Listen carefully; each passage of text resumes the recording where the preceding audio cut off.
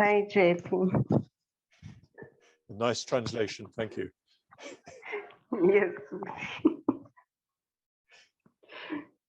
So, I hope that you all finding you're getting into the Bodhicitta practice. तो उम्मीद है कि आप सभी जो है बोधिचित्त के अभ्यास में प्रवेश कर पा रहे होंगे. As I think I've said, it does take time to really accustom yourself to it and to discover how to work in it. तो जैसे मैंने कहा कि उसकी हमें आदत होने के लिए थोड़ा सा समय लगता है और ये देखने के लिए भी कि वो अभ्यास कार्य किस प्रकार से करता है. But it is extremely effective. लेकिन वो बहुत ही परिणामकारक अभ्यास है. So before we start looking at the 8 verses, the background to the 8 verses, I've got another question to answer. तो इससे पहले कि हम 8 जो गाथाएं हैं जो देखने वाले उसकी पार्श्वभूमि को देखें, मेरे पास और एक सवाल है. This comes from Aditya Bodhi and his group. तो ये सवाल आदित्य बोधि और उनके गुट से आया हुआ है. And I should say I'm very glad to be getting some questions. और मुझे ये कहना है कि मुझे बहुत खुशी हो रही है कि कुछ सवाल आ रहे हैं मेरे पास. Because surely everything is not clear. क्योंकि ये बात स्पष्ट है कि सभी बातें उतनी स्पष्ट नहीं हैं. And it's really good if people notice when they're not clear and then seek clarity. और ये अच्छा होता है कि लोग देखें कि किस स्थान पर उन्हें स्पष्टता नहीं आई हुई है और फिर वो उसके विषय में स्पष्टता प्राप्त करने का प्रयास करें. So if you find that you're not really clear about what I've been saying, either in the meditation or in the talk, or you're not clear how to do the meditation, well then ask. तो अगर हम प्रवचन में कुछ कर रहे हैं या ध्यान में कुछ कर रहे हैं और अगर आपको ऐसा लगता है कि आपको वो स्पष्ट नहीं है तो कृपा करके पूछिए. So today's question is again about sensations.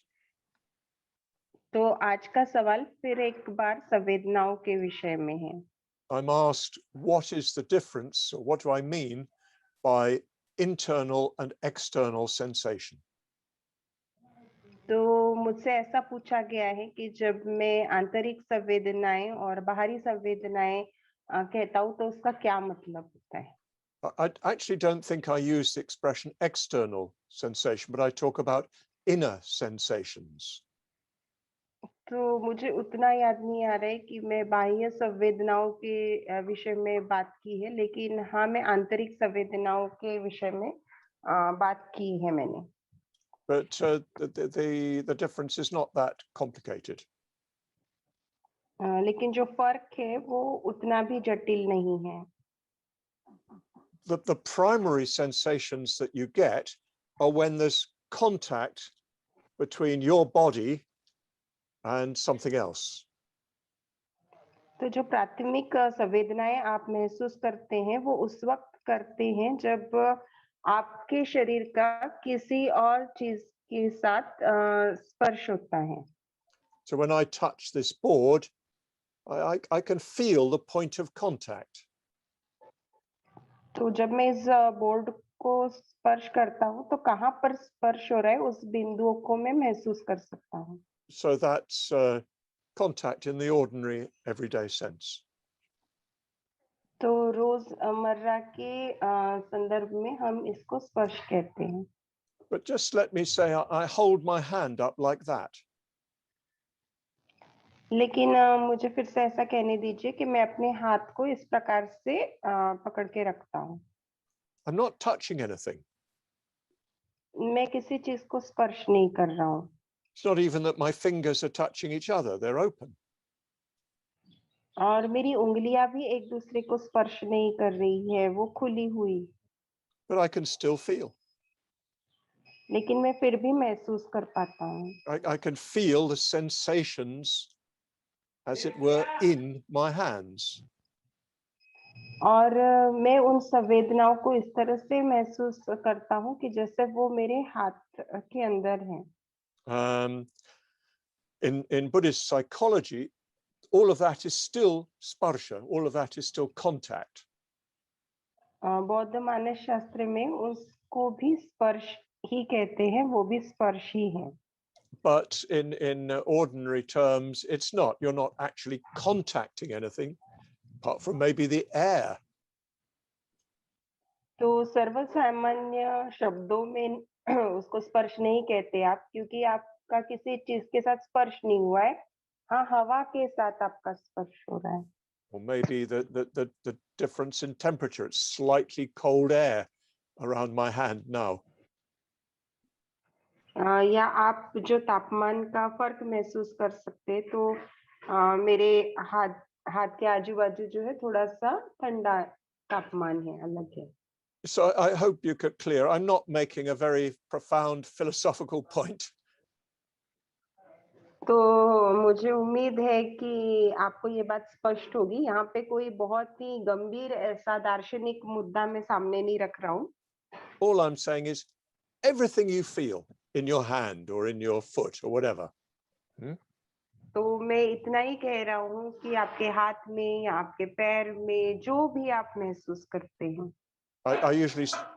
I start usually with the actual contact with an external object because that is the most dominant usually. तो अक्सर मैं जो है बाह्य वस्तु के साथ जो स्पर्श होता है वहां से शुरू करता हूँ, क्योंकि वो बहुत प्रबल होता है महसूस करने। And if I touch this, well, I immediately feel that touch. तो जैसे मैं इस बोर्ड को स्पर्श करता हूँ तो मैं तुरंत ही उस स्पर्श को महसूस कर पाता हूँ। And my mind immediately goes to that contact. और मेरा मन जो है तुरंत ही उस स्पर्श के पास पहुंच जाता है। But there's still that sensation, as it were, in the hand, which is not dependent on external contact. लेकिन संवेदनाएं जो है वो अभी भी जो है हाथ के भीतर है, और वो जो बाह्य स्पर्श है उसके ऊपर वो निर्भर नहीं करती। So I hope that's quite clear. तो मुझे उम्मीद है कि अब ये स्पष्ट हो गया होगा। I'm just pointing out that some sensations don't have an external cause. तो मैं सिर्फ इस बात की ओर आपका ध्यान लेकर आ रहा हूँ कि कुछ संवेदनाओं के लिए बाहरी चीजें कारण नहीं होती। Let's talk a little bit more about the background to the text we're going to be looking at. तो अब जो गाथाएं हम देखने वाले हैं उसके पार्श्वभूमि में क्या है, उसके विषय में थोड़ा सा बात करते हैं। So I talked yesterday about the lineages that lie behind this text. तो इस गाथाओं के पीछे जो विरासत है उसके विषय में मैंने कल बात की थी। There's the lineage that comes from Nagarjuna, which is in Tibetan known as the lineage of profound view. तो इसके पीछे एक वंश परंपरा है जो नागार्जुन से शुरू होती है, और तिब्बत में उससे एक गंभीर ऐसे दृष्टिकोण के वंश कहा जाता है। So you could say that in the background of this text is the idea of shunyata. और आप देख सकते हैं कि इन गाथाओं के पीछे जो है वो शून्यता की संकल्पना है। It comes from the Buddha via Nagarjuna. और नागार्जुन के माध्यम से वो बुद्ध के द्वारा आई हुई है। And then there's the lineage of extensive activities. और उसके बाद और एक वंश है जहाँ पर विस्तारित क्रियाशीलता है, which comes to us via Asanga and Vasubandhu. जो हम तक असंग और वसुबंधु के माध्यम से आई हुई है। Of course, they would say originally it comes from the Buddha. लेकिन ऐसा हम कहेंगे कि मूलतः वो बुद्ध से ही शुरू हुई है, आई है। And that's much more concerned with meditation, with the nature of mind, and so on. और उसका अधिकतर संबंध जो है वो ध्यान से है, मन के स्वभाव के साथ है, And also with compassion. और करुणा के साथ भी है। And then there's a third lineage which comes from the Buddha, which is, in a way, you could say, much more practical. और एक तीसरी भी वंश परंपरा है जो आप ऐसा कह सकते हैं कि ज्यादा व्यवहारिक है, जो स्वयं बुद्ध से आई हुई है। And the figure we know best in that lineage is Shantideva. और उस वंश परंपरा में जिस व्यक्ति से हम बहुत ज्यादा परिचित है वो है Shantidev. And many of you will have studied the Bodhicharya Avatara. और आप में से बहुत सारे लोगों ने बोधिचर्य अवतार का अभ्यास किया होगा। And really, we should study it in our order and movement again and again and again. और हमने अपने आंदोलन में और संघ में उसका बार बार अभ्यास करना चाहिए। And some of you will remember that from the perfection of patience, Shantideva talks about equalizing self and other. और शांति पारमिता में आपने देखा होगा कि शांतिदेव जो है वो बात करते हैं कि अपने आप को और दूसरों को जो है वो समानता पर लेकर आना या बराबरी के स्तर पर लेकर आना। Usually, we have a definite hierarchy in our relations with the world around us. तो आमतौर पे हमारा जो हमारे इर्द गिर्द के साथ दुनिया होती है, उसके जो हमारे संबंध होते हैं वो पदानुक्रमिक होते हैं, मतलब ऊपर नीचे होते हैं। At the top of that hierarchy is me. और वो पदानुक्रम जो होता है उसके सबसे उच्च स्तर पे हमेशा मैं होता है। I don't mean me, Subhuti, but each one of us is number one in that hierarchy. तो मैं ये नहीं कह रहा हूँ कि मैं सुभूति, लेकिन हम में से हर एक जो व्यक्ति है उस पदानुक्रम में अपने आप को सबसे ऊपर रखता है। That's quite natural. That's the way in which consciousness has evolved. An animal is always thinking about its own survival.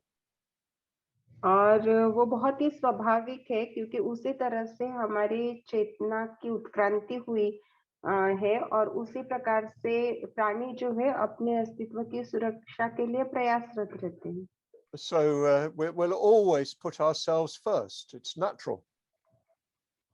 तो ये बहुत ही स्वाभाविक है कि हम हमेशा ही अपने आप को सर्वोच्च स्थान पर रखेंगे। Of course, we may identify very strongly, for instance, with our own family. तो निश्चित ही हम अपने परिवार के साथ बहुत ही निकट का संबंध महसूस करेंगे हमेशा ही। And parents very often do put their children before themselves. और माँ बाप भी हमेशा अपने से ऊपर अपने बच्चों को रखते हैं। I remember one of my friends in India telling me that his father and mother had they didn't have enough to eat for everybody in the family. तो मुझे याद है एक बार मेरे एक भारतीय मित्र ने मुझे बताया था कि उनके परिवार में जो है पर्याप्त भोजन नहीं होता था सबके खाने के लिए। So the parents would not have the full portion themselves, but make sure the children had their full portion. और माँ बाप ऐसा करते थे कि वो खुद पेट भर के खाना नहीं खाते थे, लेकिन बच्चों को भरपेट खाना खिलाते थे।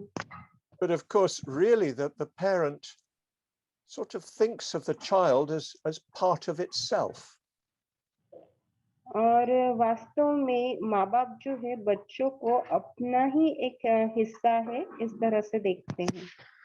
But generally speaking, yes, it's natural, even automatic for us to put ourselves first. लेकिन आमतौर पे अगर बात की जाए तो ये बात बहुत ही सामान्य है कि हम अपने आप को जो है वो सबसे ऊपर के स्थान पे रखते हैं। So Shantideva suggests the practice of deliberately equalizing self and other. तो शांति देव जो है ऐसे अभ्यास को करने के लिए कहते हैं कि हम जानबूझ के अपने आप को और दूसरों को समान स्तर पर रखें। So that you don't put yourself first, you put yourself equal with the others. तो आप अपने आप को सबसे ऊपर नहीं रखते, तो आप दूसरों के साथ अपने आप को बराबरी पर रखते हैं। Of course, I mean equal in terms of your concern, your interest. और जब मैं बराबरी का स्तर बोलता हूँ तो आपकी रुचियों के बारे में, आपकी चिंताओं के बारे में मैं बात कर रहा हूँ। But then he goes a step further. लेकिन वो वहां से एक कदम और आगे जाते हैं। He says that, okay, you put yourself first. और वो कहते हैं ठीक है, आप अपने आप को सबसे आगे रखो। Now, imagine that you are the other person and put yourself first, as it were, for them.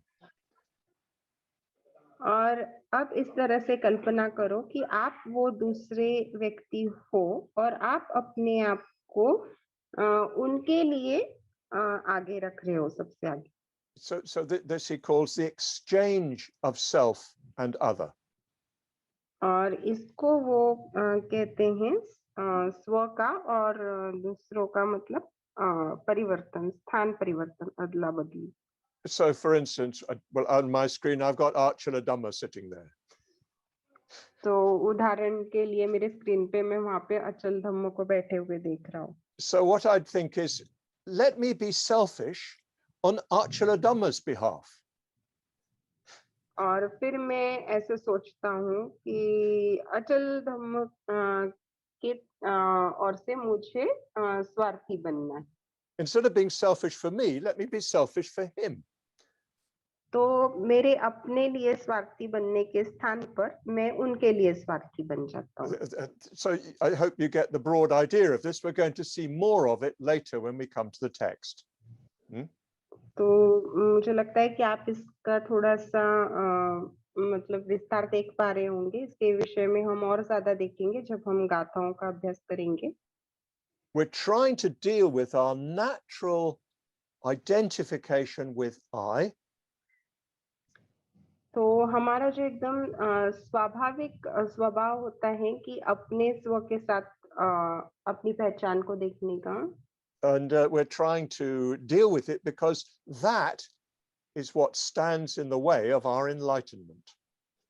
और उसको हम देखने का प्रयास कर रहे हैं क्योंकि वो हमारे बुद्धत्व के रास्ते में रुकावट बनता है।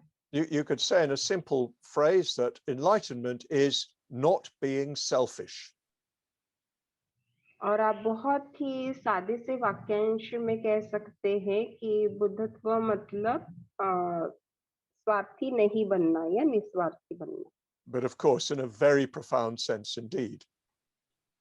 लेकिन हाँ, निश्चित ही बहुत ही गंभीर अर्थ से। So Shantideva is giving us a way in which we can train ourselves to be selfless. और शांति देव जो है हमें रास्ता दे रहे हैं कि किस तरह से हम निस्वार्थी होने के लिए अपने आप को प्रशिक्षित कर सकते हैं। So it's very strong practice. तो ये बहुत ही सशक्त ऐसा अभ्यास है, but very practical. लेकिन बहुत ही व्यवहारिक है। Because there is Achala Dhamma right in front of me. क्योंकि वहां पे अचल धम्म है और वो सीधे मेरे सामने है। So how am I going to relate to him? तो मैं किस तरह से उनको देखूं, उनके साथ का संबंध देखूं अपना। Am I going to see him as less than me because I'm first? तो क्या मैं उनको अपने से मतलब नीचे देखूं क्योंकि मैं ऊपर हूँ, or am I going to sort of use my selfishness on his behalf? या फिर उनके लिए जो है या उनकी ओर से मैं अपने स्वार्थ का उपयोग करूं। So these traditions, these three traditions coming from Nagarjuna, Shantideva, and Asanga, putting it briefly, तो ये तीन परंपराएं जो आती है नागार्जुन से, असंग से और अतिशा से, these came together in Atisha. Sorry Shanti Dev से, वो Yeah. सभी जो है वो अतिशा के माध्यम से एक साथ आई हुई है। And Atisha lived in the 11th century. और अतिशा जो है वो 11वीं शताब्दी में थे। He was from Bengal. He's from a royal family in Bengal. और वो बंगाल से ताल्लुक रखते थे, वहां के एक राज परिवार से थे। But at a very young age, he decided that he didn't want to inherit the kingdom. He wanted to go forth and practice the Dhamma. और बहुत ही युवावस्था में उन्होंने ये निर्णय लिया कि वो राजकाज नहीं संभालना चाहते, वो गृह त्याग करना चाहते हैं और वो धर्म के लिए जीवन समर्पित करना चाहते। He did a very great deal of study. उन्होंने बहुत अभ्यास किया And he meditated a great deal. और बहुत सारा उन्होंने ध्यान किया। And of course, while he was studying the texts which referred to the Bodhicitta. और जब वो अभ्यास कर रहे थे तो उन्होंने जो है बोधि चित्त के बारे में कुछ अभ्यास किया। And one day he was at Bodh Gaya. और एक दिन वो बोध गया में थे। And he thought to himself, I've done all this study, I've done all this meditation, but bodhicitta hasn't arisen in me. और उन वैसा सोचते हैं कि मैंने इतना सारा अभ्यास किया है, मैंने इतना सारा ध्यान किया है, लेकिन अभी तक मुझ में बोधि चित्त जागृत नहीं हुआ है। This is quite important, isn't it, in this sort of story? और इस प्रकार की कहानी में ये बहुत ही महत्वपूर्ण है। Somebody who's a very accomplished practitioner. ऐसा कोई व्यक्ति जो बहुत ही सिद्ध ऐसा आचरण करने वाला व्यक्ति है। He's well respected, he's very learned. उसका काफी आदर सम्मान है, वो काफी उच्च शिक्षित है। But he's able to say, actually, I haven't yet got bodhicitta. लेकिन वो ये कहने में सक्षम है कि अभी तक मुझे बोधिचित्त प्राप्त नहीं हुआ है या बोधिचित्त मुझ में उत्पन्न नहीं हुआ है। You know, a bit like somebody saying, oh, I've been ordained for 30 years. तो ये इस तरह से जैसे कोई कह रहा है मेरी दीक्षा होकर अभी 30 साल हो गए हैं। I've been chair of this, chair of that. मैं इसका अध्यक्ष रहा हूँ, उसका अध्यक्ष था। I've been a preceptor. मैं आचार्य हूँ। Everybody says, oh, how wonderful your talks are. और सब लोग कहते हैं कि आपके प्रवचन कितने अच्छे होते हैं। Are you still able to say, but bodhicitta hasn't arisen in me? ऐसे में क्या आप फिर भी ये कहने में सक्षम हैं कि बोधिचित्त आप में उत्पन्न नहीं हुआ है? Well, Asanga was able to say that. लेकिन असंग और Atisha Atisha And I'll own up to that too. हाँ, तो वो ये कहने में सक्षम थे। So Asanga had felt very, very disturbed, if you like, upset. I haven't yet got bodhicitta. तो असंग जो है वो काफी विचलित ऐसे महसूस कर रहे थे कि अभी तक जो है वो बोधिचित्त मुझ में उत्पन्न नहीं हुआ है। So he started circumambulating the Mahavihara. In fact, the text says the stupa, which is the Mahavihara at Bodh Gaya.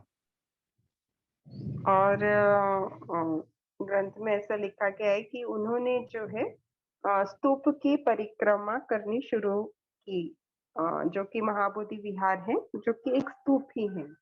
Yes, that's important to realize that the shape of the Mahabodhi temple is intended to be a stupa. और इस बात को देखना भी महत्वपूर्ण है कि महाबोधि विहार का जो आकार है वो एक स्तूप का आकार हो, इस तरह से ही मतलब बनाया गया था। So he's circumambulating the stupa, perhaps thinking, you know, how does the bodhicitta arise? How does the bodhicitta arise?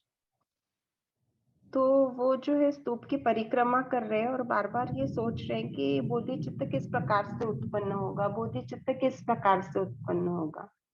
And at some point he has a vision of the bodhisattva Aryatara. और एक समय में उनको बोधिसत्व आर्य तारा का दृष्टांत होता है। And in his vision, Aryatara tells him that he needs to seek a teacher who can guide him.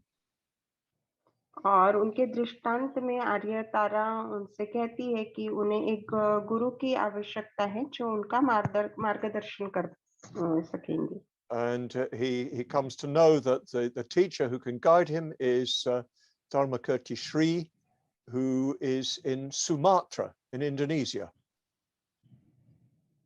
और फिर उन्हें ऐसे पता चलता है कि धम्म कीर्ति श्री एक गुरु है जो सुमात्रा में है और जो उनका मार्गदर्शन कर पाएंगे।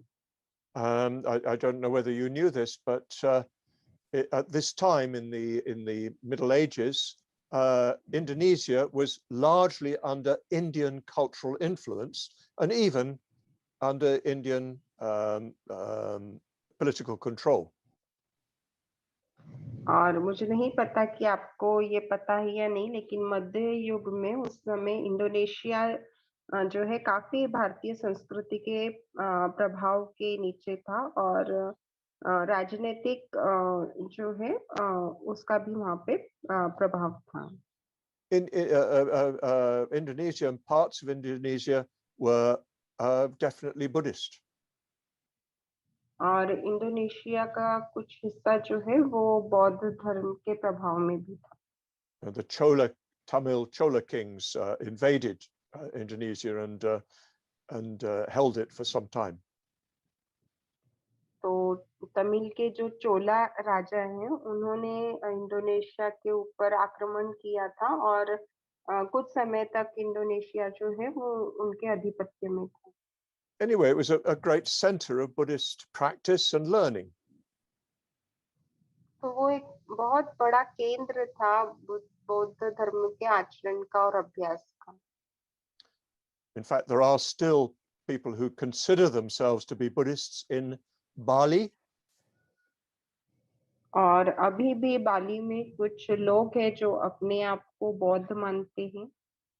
Although they're Hindu Buddhists, if you see what I mean. भले Like in he Nepal, a वो lot in Nepal, yeah. Hindu बौद्ध है जैसे नेपाल में है। Anyway, so Atisha makes the very long 13-month, very dangerous sea journey to Sumatra, Suvarnadipa. लेकिन अतीशा जो है बहुत ही लंबा मतलब सफर तय करते हैं और सुमात्रा तक वो पहुंचते हैं।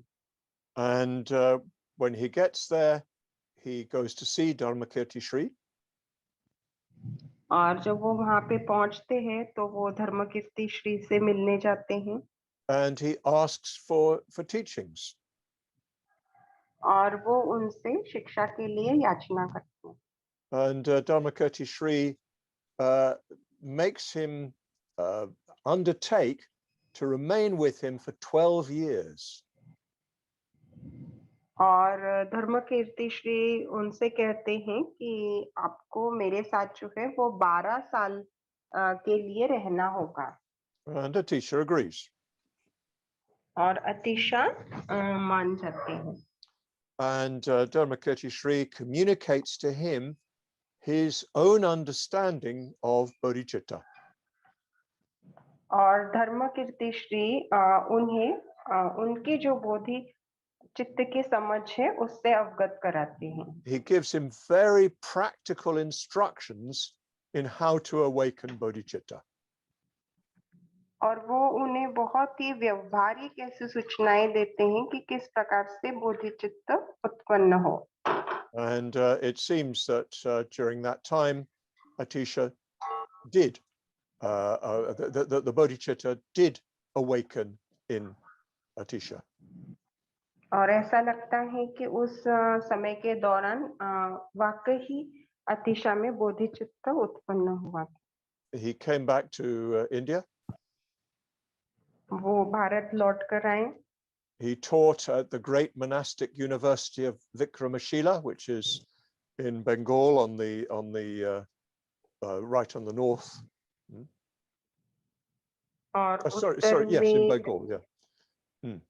Sorry, it's in Bihar, in the north of Bihar on the Bengal border.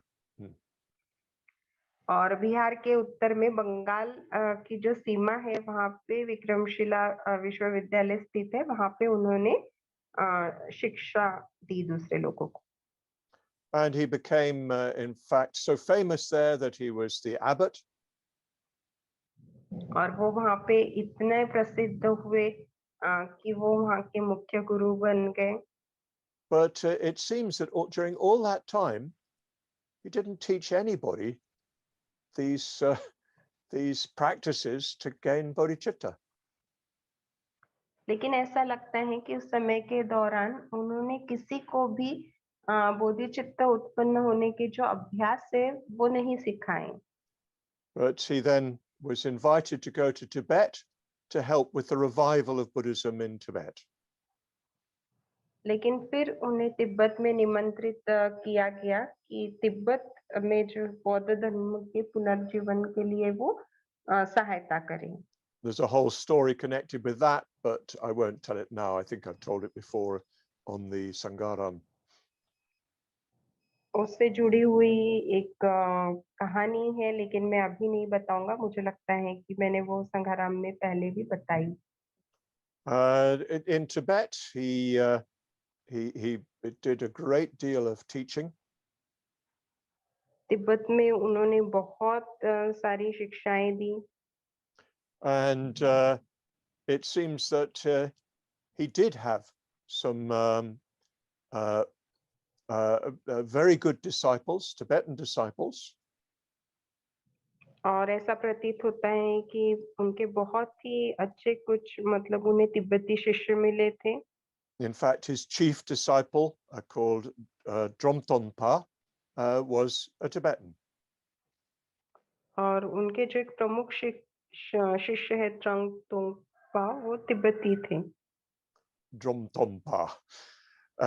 And he communicated to some of his leading Tibetan disciples everything he'd learned from Dharmakirti Sri. और धर्मकीर्ति श्री से उन्होंने जो कुछ भी सीखा था वो उन्होंने अपने प्रमुख तिब्बती शिष्यों को भी सिखाया. So somebody asked him, well, you've taught us all this in Tibet. Why didn't you teach this in India?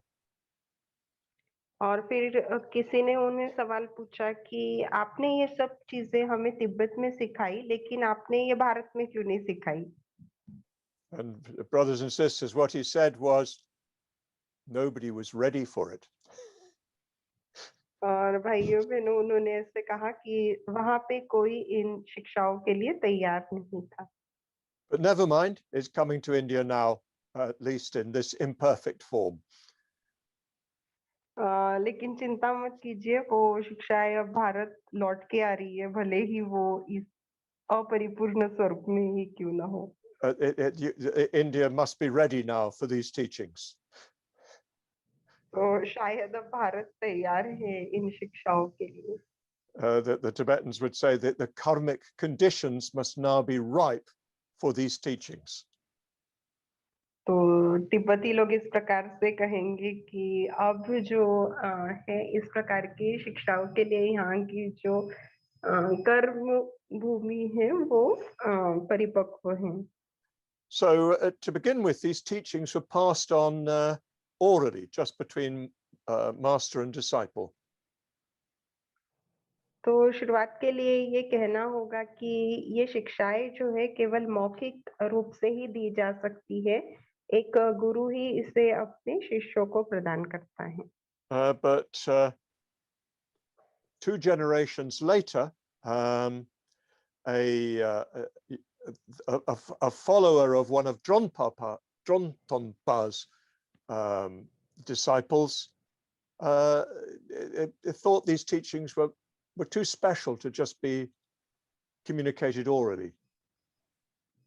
लेकिन 2 पीढ़ियों के बाद ट्रुंगपा के शिष्य के जो अनुयायी थे, उनको ऐसा लगा कि ये शिक्षाएं बहुत ही मूल्यवान हैं और इन्हें ऐसे ही केवल मौखिक रूप से ही आगे नहीं जाना चाहिए। And yes, Drontonpa had a disciple called Geshe Potowa.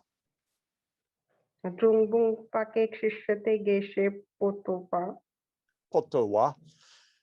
And he had a disciple who is the author of this text, Langrik Tangpa. और उनके एक शिष्य थे जिन्होंने जो है ये गाथाएं लिखी ही। Langri Tangpa.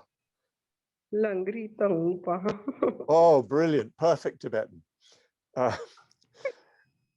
So Langri Tangpa thought, well, I will put these words, these teachings into verse. तो लंगरी तंगपा को ऐसे लगा कि ये जो शिक्षाएं हैं मैं इनको गाथाओं के रूप में लिखूंगा। And here they are, brothers and sisters. We are going to be studying these 8 verses set down by Langri Tangpa. और यही वो गाथाएं जिनका हम अध्ययन करने वाले हैं जो लंगरी तंगपा ने लिखा है। And that these come to us via the great Indian teacher Atisha. और महान जो गुरु है अतिशा, उनके माध्यम से ये हम तक पहुंची है। And they bring together these traditions going back through Nagarjuna, Asanga, Vasubandhu, Shantideva, right back to the Buddha. और असंग, नागार्जुन, वसुबंधु, अदिशा, शांति देव, इनके माध्यम से जो परंपराएं शुरू हुई हैं उन सबको ये एक साथ लेके आती है, जो परंपराएं सीधे बुद्धिस्ट से शुरू हुई। So I've told you very briefly the lineage of this text. तो बहुत ही संक्षेप में मैंने आपको इन गाथाओं की वंश परंपरा बतलाई है। This is a very traditional way of introducing a text. और ये जो है बहुत ही पारंपरिक ऐसी पद्धति है गाथाओं का परिचय देने की। So then you know its lineage, you know its authority, if you like, where it comes from. और फिर आप उसकी वंशावली को जानते हैं और उसके अधिकार को भी जानते हैं कि वो कहाँ से हम तक आई है। Now, as I've said, these teachings are very tough. और जैसे कि मैंने कहा ये जो शिक्षाएं हैं ये बहुत ही कठिन है, मुश्किल है। They're very demanding. और वो बहुत ही मतलब आपसे कठिन परिश्रम की मांग करती हैं। And one of the features of these texts is that they ask you to use difficult situations in order to develop yourself. और एक मांग वो ये करती है आपसे कि आपके जीवन की जो भी कठिन परिस्थितियां हैं आप उनका इस्तेमाल कीजिए इन गाथाओं के अभ्यास के लिए, आचरण के लिए। You remember from the Bodhicharya Avatara, Shantideva saying that your worst enemy is actually your best friend. और बोधिचर्या अवतार की गाथाओं से आपको याद होगा कि शांतिदेव ऐसे कहते हैं कि आपका सबसे बुरा दुश्मन जो है वो वास्तव में आपका सबसे अच्छा दोस्त होता है। Why? और ऐसा क्यों है? Well, because they force you to confront your own ego identity. क्योंकि वो एक तरह से आपके ऊपर जोर डालते हैं कि आप किस तरह देखें कि आप किस तरह से अपने स्व के साथ आ सकते हैं। This, of course, Chandrashil and I have talked about as reaction practice. और इसके विषय में चंद्रशील और मैंने बात की है और हम उसको प्रतिक्रियाओं का अभ्यास कहते हैं। And reaction practice comes out of this tradition. और ये प्रतिक्रियाओं का अभ्यास जो है इसी परंपरा में से आया हुआ है। So yes, it's tough. It's a really hard practice. तो ये बहुत ही मुश्किल ऐसा अभ्यास है। But it has big effects quite quickly. लेकिन बहुत ही जल्दी इसके बहुत बड़े परिणाम देखने को मिलते हैं। To give you an illustration of what the practice is like, there's a little story about Atisha. तो ये अभ्यास कैसा है, इसका एक उदाहरण देने के लिए अतिशा की एक छोटी सी कहानी है। Before he went to Tibet, he asked people, well, what are the Tibetans like? और तिब्बत जाने से पहले वो लोगों को पूछते हैं कि तिब्बती लोग कैसे हैं। And people said to him, well, they're very peaceable, they're very friendly, they're very cooperative, they're very calm.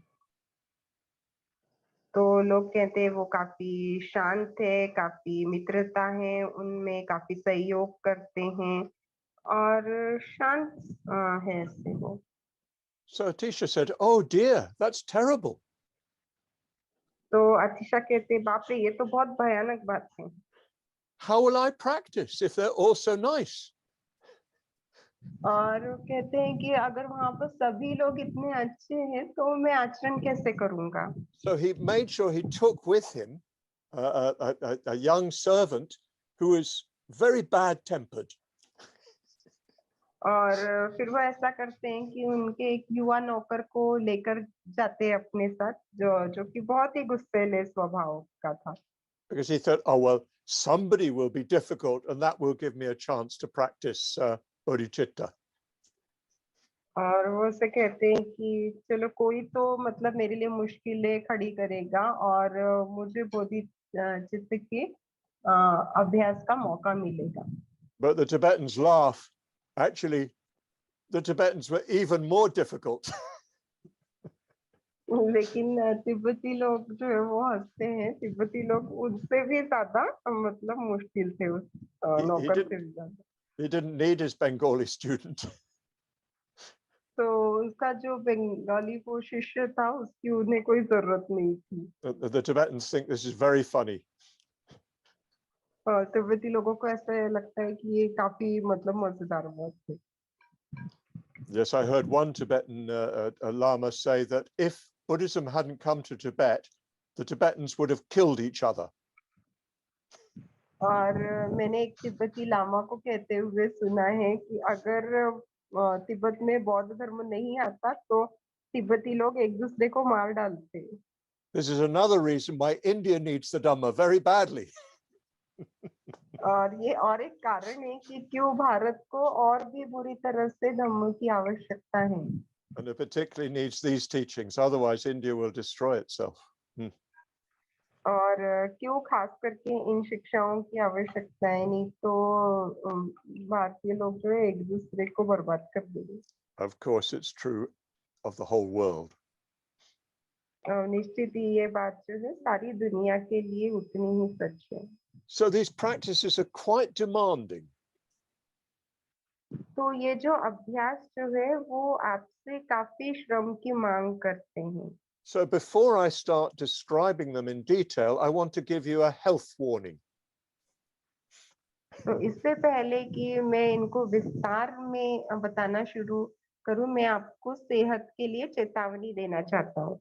You know, like a packet of cigarettes says on the side of it, smoking is bad for your health.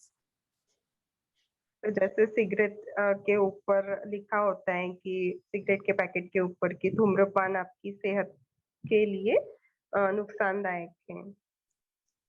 These teachings are bad for your ego. और ये जो शिक्षाएं हैं आपके अहंकार के लिए बुरी है। But there's a little bit of a problem. लेकिन यहाँ पर छोटी सी समस्या भी है। Some people have a low self-esteem. कुछ लोग जो रहते हैं वो अपने आप को बहुत ही कम आंकते हैं। They don't have self-confidence. उनमें आत्मविश्वास की कमी होती है They don't have a good feeling about themselves. और वो खुद के बारे में बहुत ज्यादा अच्छा महसूस नहीं करते। And they always tend to think, oh, well, other people are more important. और वो हमेशा ही इस प्रकार से सोचते हैं कि नहीं, दूसरे लोग ही बहुत ज्यादा महत्वपूर्ण है। And very easily you can take these teachings in the wrong way. और बहुत ही आसानी से आप इन शिक्षाओं को जो है वो गलत तरीके से देखना शुरू कर सकते हैं। These teachings can reinforce your low confidence, your low esteem. और इन शिक्षाओं की वजह से आपका जो मतलब अपने आप को कम आंकना हो या आत्मविश्वास की आपकी जो कमी है वो और भी ज्यादा मजबूत हो सकती है। So if you have something of that in you, watch out. और अगर इस प्रकार का आप में कुछ है तो फिर आप थोड़ा सा ध्यान रखिए। I think in general it's a bit more common amongst women than amongst men. मुझे लगता है कि सर्वसामान्य रूप से ऐसी भावना पुरुषों की तुलना में महिलाओं में ज्यादा होती है। And it obviously has some cultural basis. और इसको कुछ सांस्कृतिक जो है पार्श्वभूमि भी है। But you actually need quite a bit of self-confidence to apply these teachings. लेकिन इन शिक्षाओं को जो है अपने ऊपर लागू करने के लिए आपको एक हद तक आत्मविश्वास की आवश्यकता होती है। If you have a horse that has been badly treated and that is very frightened, you mustn't show them the whip.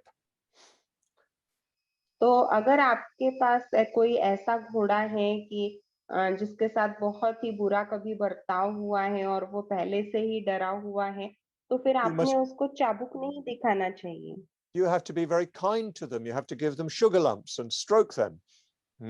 तो आपको उनके साथ जो है बहुत ही दया से पेश आना पड़ता है। आपको उनको मीठी चीजें खिलानी होती हैं। So if you're a bit like that, if there's something of that in you, make sure you give yourself sugar lumps. तो अगर ऐसा कुछ आपका स्वभाव है तो आप देखिए कि आप अपने आप को जो है कुछ मिठाई खिलाते हैं, यानी अपने आप के साथ बहुत प्यार से पेश आते हैं Give yourself some stroking. और अपने आप को थोड़ा सा आपको प्यार से सहलाना भी है।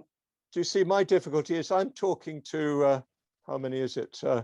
62 of you. तो आप मेरी मुश्किल समझ सकते हैं। मैं मतलब आपसे बात कर रहा हूँ जो कम से कम 62 लोग हैं। Quite a few of you need a whip. और बहुत ही कम लोगों को जो है वो चाबुक की जरूरत है। Quite a few of us need a whip. हम में से कुछ लोगों को चाबुक की जरूरत है।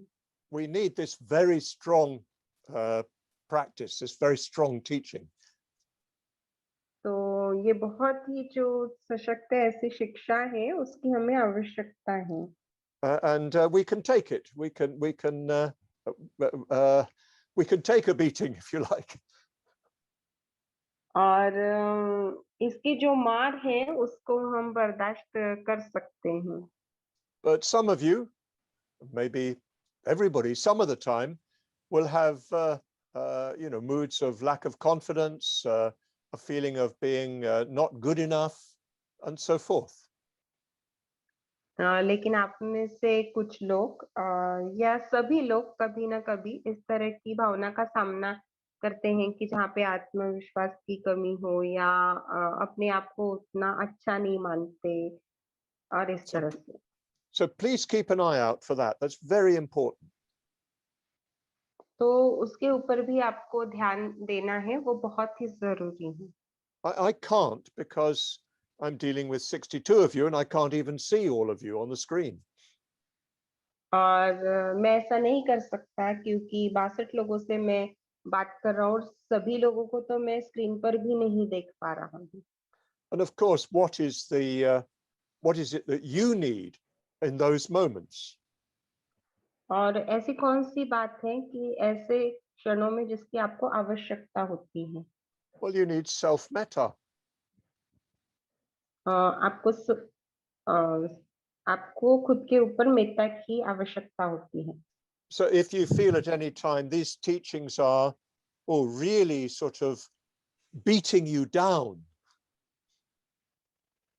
तो फिर अगर आपको ऐसा लगता है किसी भी क्षण की ये शिक्षाएं जो है वो आपको काफी बोझ के तले दबा रही हैं, if you feel you're just losing all your strength, all your confidence, all your vitality, और अगर आपको ऐसा लगता है कि आप अपनी सारी ताकत जो है, अपनी सारी ऊर्जा जो है, अपना सारा आत्मविश्वास जो है वो खो रहे हैं, well, give yourself some metta. तो अपने आप को थोड़ी सी मेत्ता दीजिए। So I'll try to keep an eye on this, out for this all the way through, but I may forget. तो इस बात को मैं हमेशा ही ध्यान में रखने की कोशिश करूंगा, लेकिन ऐसा भी हो सकता है कि मैं भूल जाऊं। These teachings are really for those who have quite a degree of self-confidence. ये शिक्षाएं ऐसे ही लोगों के लिए हैं कि जिनका आत्मविश्वास जो है वो काफी मजबूत है, And for people who have a healthy self-view. और जिनका स्वयं को लेकर काफी अच्छा दृष्टिकोण है, Who have a positive feeling about themselves. जिनकी अपने बारे में भावना जो है वो काफी विधायक या सकारात्मक है। But of course, such people are nowadays quite rare. लेकिन आजकल ऐसे लोग काफी कम होते हैं, काफी दुर्लभ है। Most people have some degree of lack of self-metta. और बहुत सारे लोग ऐसे हैं कि जिनमें आत्मविश्वास की या महसूस खुद के ऊपर मेत्ता की बहुत कमी है। So please keep remembering this point. तो इस बात को हमेशा याद करते रहिए। We'll find at times that it really needs re-emphasizing. और हम ऐसा समय देखेंगे कि जहाँ पे इसको वापस जोर दे के बताने की आवश्यकता होगी। We often talk quite a bit about overcoming a self-attachment.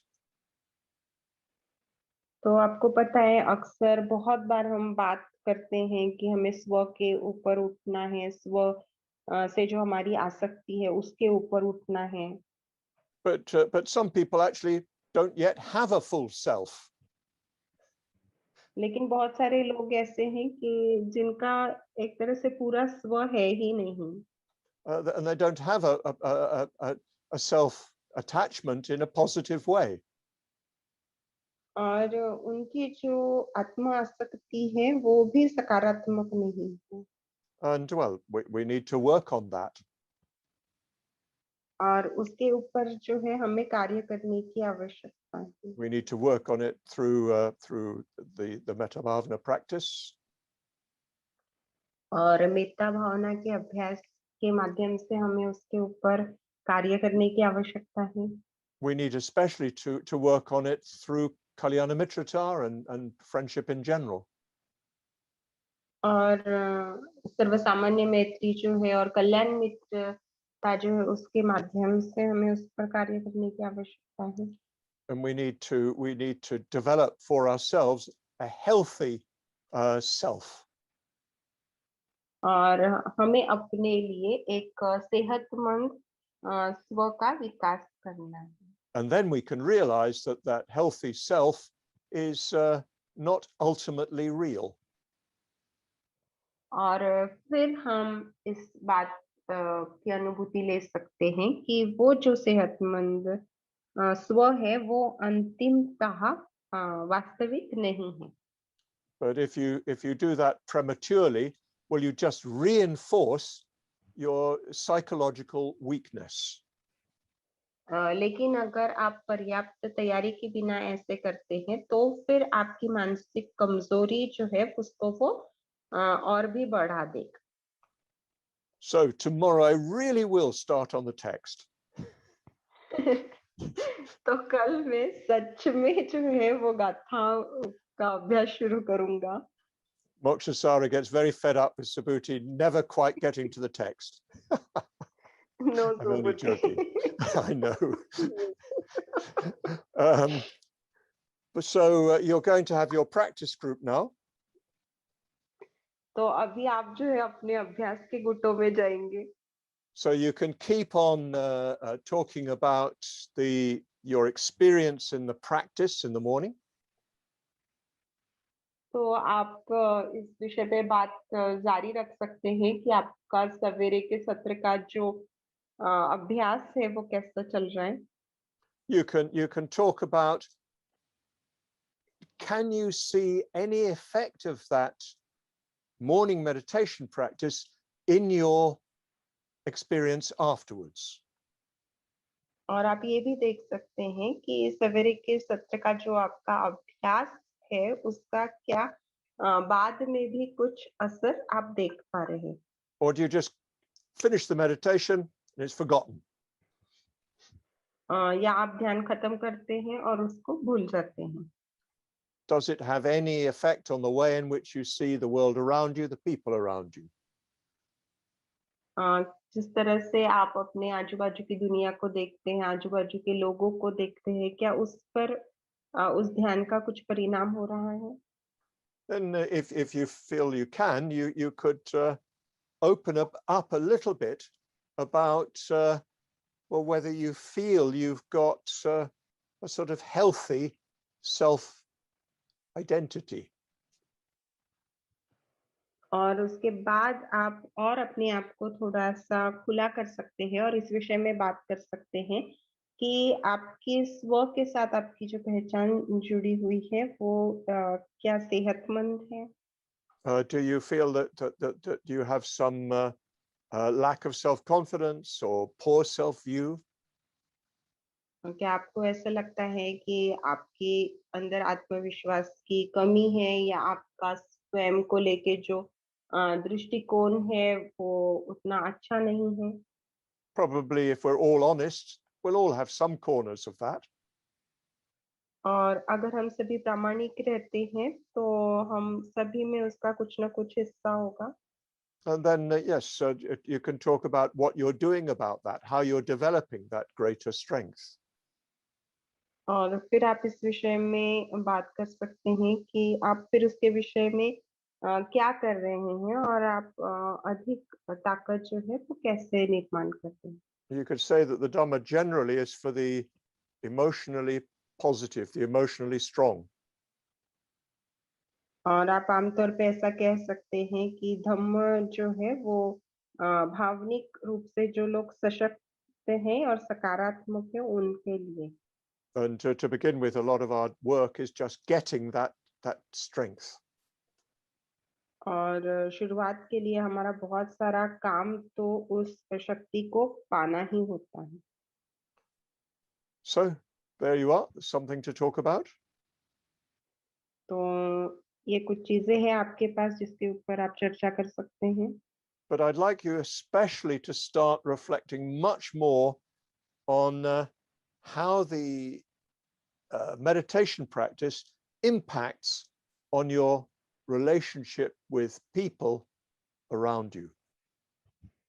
लेकिन मैं चाहता हूँ कि आप खास करके इसकी ओर ध्यान दें कि ये जो ध्यान है वो आपका आपके जो अन्य लोगों के साथ संबंध है उसको किस प्रकार से प्रभावित कर रहा है। And of course, as we go through the text, we're going to find ways in which we can make it even more effective in our relationships. और जब हम गाथाओं का अभ्यास करेंगे तो हम ऐसे तरीके देखेंगे कि इसको और भी ज्यादा परिणामकारक हम किस प्रकार से बनाएं। Thank you very much, Moksha Sara, as usual. Namo Buddhaya, Jai Bhim.